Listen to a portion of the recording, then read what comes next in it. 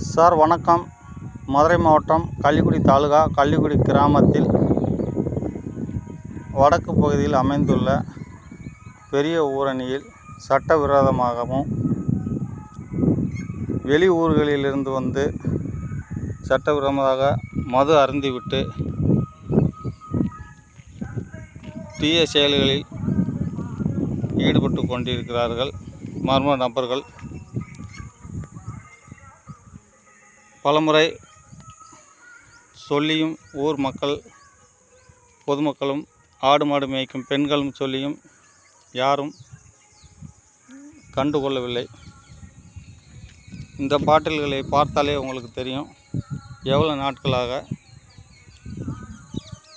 இங்கு மது பிரியர்கள் சட்டவிரோத செயல்களில் ஈடுபட்டு கொண்டிருக்கிறார்கள். இந்த ஏரியா ஆடு மாடு மேய்க்கக்கூடிய பகுதி. அதிகமாக இந்த கள்ளிக்குடி கிராமத்திலிருந்து பெண்கள் தான் அதிகமாக ஆடுகள் மேய்த்து கொண்டிருக்கிறார்கள். இந்த ஊரணி கரையில் தான் ஆடுகளையும் மாடுகளையும் வெயிலில் இளைப்பாறுவதற்காக ஓய்வு எடுக்க அமர்ந்திருப்பார்கள். தற்பொழுது கள்ளிக்குடி சுற்று வட்டாரத்திலிருந்து அறிமுகம் இல்லாத நபர்களும் மது போதையில் இங்கு பெண்களை தவறான செயல்களில் ஈடுபடுவதற்கான வழிவகுக்கிறது.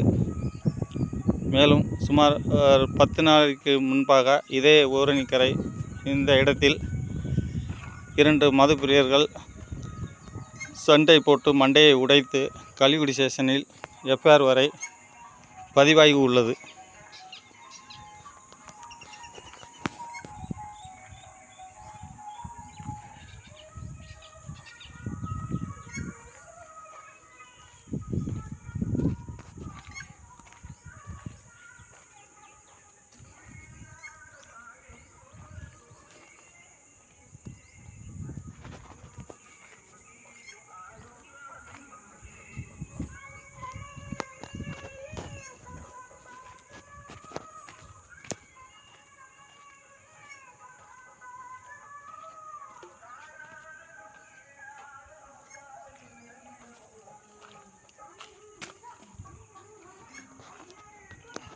காவல்துறை